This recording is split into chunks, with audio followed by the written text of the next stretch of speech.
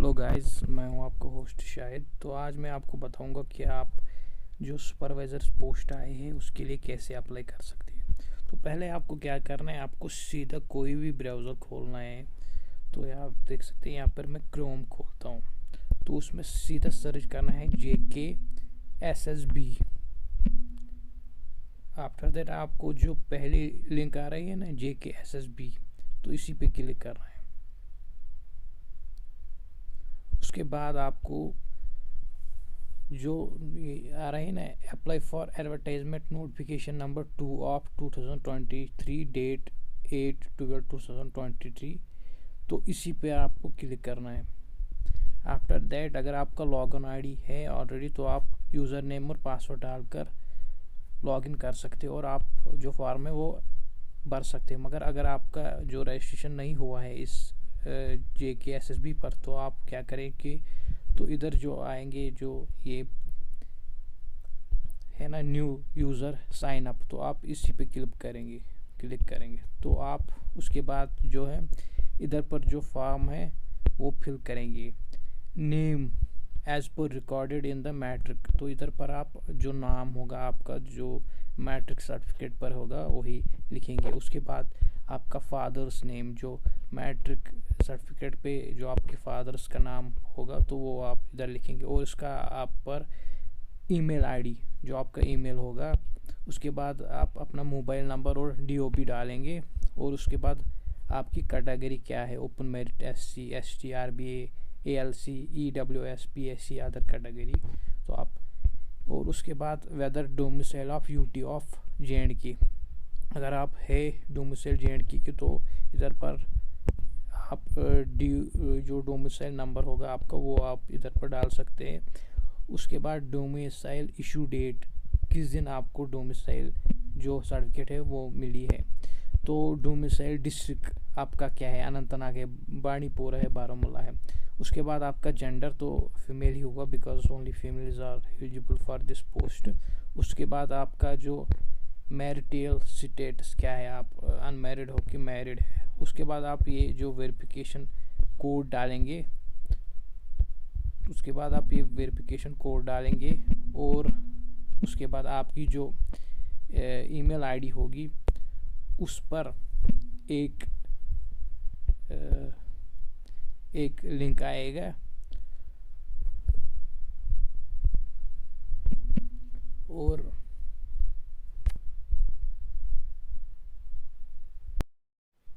तो उसके बाद आपके जो ईमेल पर ये मेल आएगा, उसमें यूज़र नेम और OTP होगा। तो फिर उसके बाद आपको जो ये है, please click here to activate your account OR copy and paste the following, तो इस पर आपको क्लिक करना है। तो फिर सीधा आप इधर पर आएंगे, तो ये क्योंकि मैंने ऑलरेडी इसको जो लिंक है इसको एक्टिवेट किया है, तो और उसमें आपको OTP जो आएगा जो ईमेल में आया होगा वही आपको देना होगा। तो उसके बाद आपको जो अकाउंट होगा वो क्रिएट होगा। उसके बाद आपको क्या करना है, आपको फिर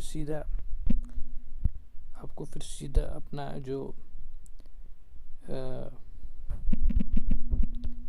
उसके बाद आपको सीधा फिर से आना है,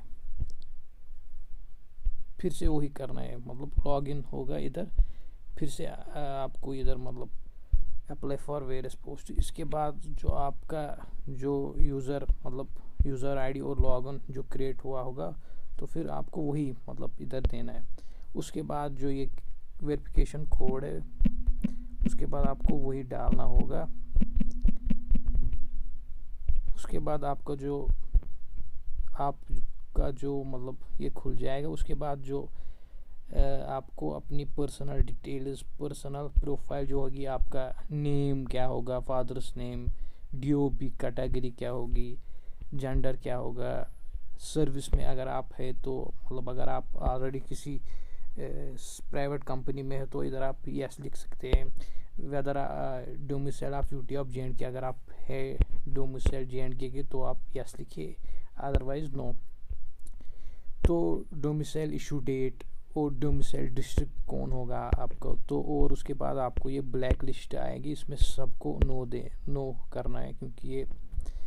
उसके बाद आपको अपना फ़ोटो जो होगा उस पर क्लिक करना है, सिलेक्ट फाइल, तो आपको जो फ़ोटो होगा वो आपको इधर देना होगा।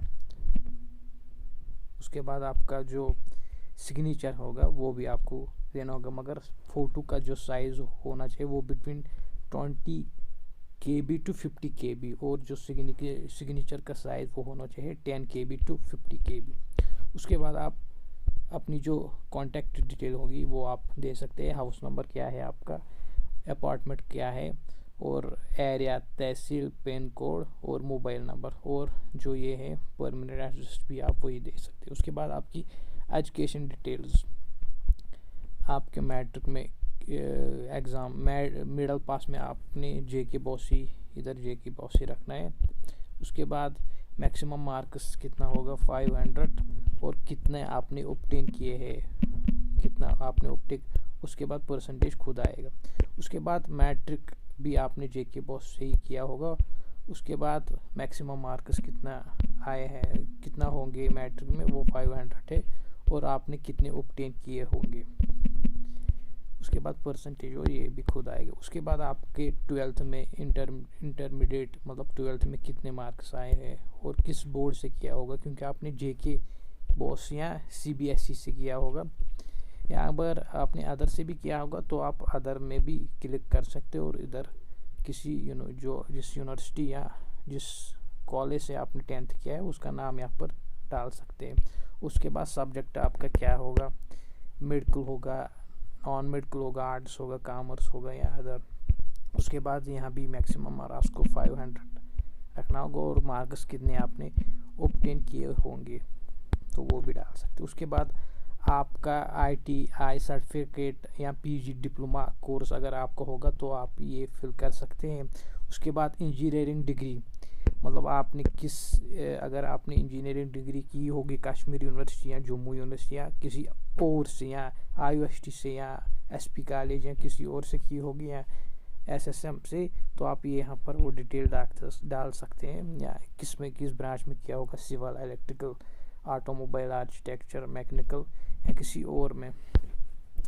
उधर भी यही प्रोसीजर होगा कि आपने कितना मैक्सिमम मार्क्स है और कितने ऑब्टेन किए हैं। मगर इधर पर क्या प्रॉब्लम है कि हमें जो बीटेक वाले उनको CGPA का सिस्टम है, तो इधर वो भी कर सकते हैं, मतलब वो अपने जो परसेंटेज है, मतलब 100 जो मैक्सिमम परसेंटेज है, और इस जो मार्क्स ऑब्टेन उधर पर वो लिख सकते हैं कितने उनके, मतलब अगर उनके CGPA 8.27 है, मतलब वो अप्रॉक्सीमेटली 78% पॉइंट कुछ होता है, मगर इधर पर पॉइंट नहीं, मतलब पॉइंट इधर पर नहीं रुकता है, तो इसलिए आप अप्रॉक्सीमेटली राउंड ऑफ कर सकते हैं। अगर किसी को 78 पॉइंट कुछ % आता है वो अप्रॉक्सीमेटली 79% रख सकते हैं।